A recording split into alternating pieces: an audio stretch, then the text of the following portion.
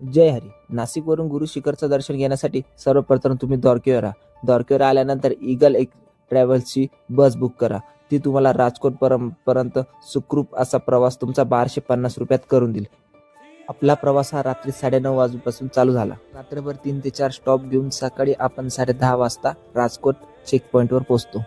तिथून थेट बस स्टॉपवर जा आणि गिरनारची बस पकडा.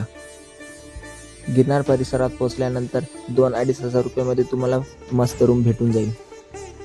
अर्धा तास रूमवर आराम करून झाल्यावर संध्याकाळी मस्त भोलेंच्या मंदिराचं दर्शन घ्या. दर्शन वगैरे झाल्यानंतर आजूबाजूच्या हॉटेलमध्ये बिलकुल चांगले जेवण भेटत नाही. त्याच्यापेक्षा सरळ तुम्ही मोफत प्रसाद भेटतो तिथं जेवण करा. त्यानंतर रात्री मस्त काठी वगैरे घ्या आणि आपल्या प्रवासाला चालू करा. समोरचा मार्ग रोपवेकडे जाण्याचा आहे आणि हा समोरचा पायी जाण्याचा. आपल्याकडे जेवढ्या पण प्लॅस्टिकच्या वस्तू असतील त्या पहिलेच काढून डस्टबिनमध्ये टाकून द्या. महाबलींच्या चरणी मस्तक ठेवून त्यांच्याकडनं पूर्ण 10,000 पायरी चढण्याची ताकद घेऊन आपला प्रवास चालू करा. दत्तप्रभूंच्या शरणी जा. आजूबाजूला पूर्ण काळोख असलेला हा परिसर.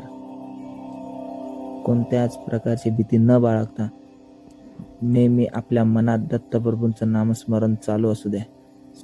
जागोजागी तुम्हाला हे पाहण्याचे ठिकाण दिसतील. त्यामध्ये आपले एक बॉटलमध्ये इलेक्ट्रॉन पावडर टाकून घ्या. ती तुम्हाला खूप कामात येते. आणि आपल्यासोबत टॉर्च असणं हे खूप महत्त्वाचं आहे. जर्किंग व गरम करणाऱ्या वस्तू आपल्यासोबत अवश्य ठेवा. वरती गेल्यावर थंडी वाजते. गोरक्षनाथांचं दर्शन घेऊन परत 300 पायऱ्या खाली उतरून गुरु शिखराची कमान लागते. तिथून वर जायचं. गर्दी खूप असते त्यामुळं पटापट वर जाऊन आपली जागा पकडून घ्यायची, कारण की तिथं सकाळी मंदिर उघडण्यासाठी गुरुजी 5:30 वाजता येतात. गुरुजी आरती करून मंदिर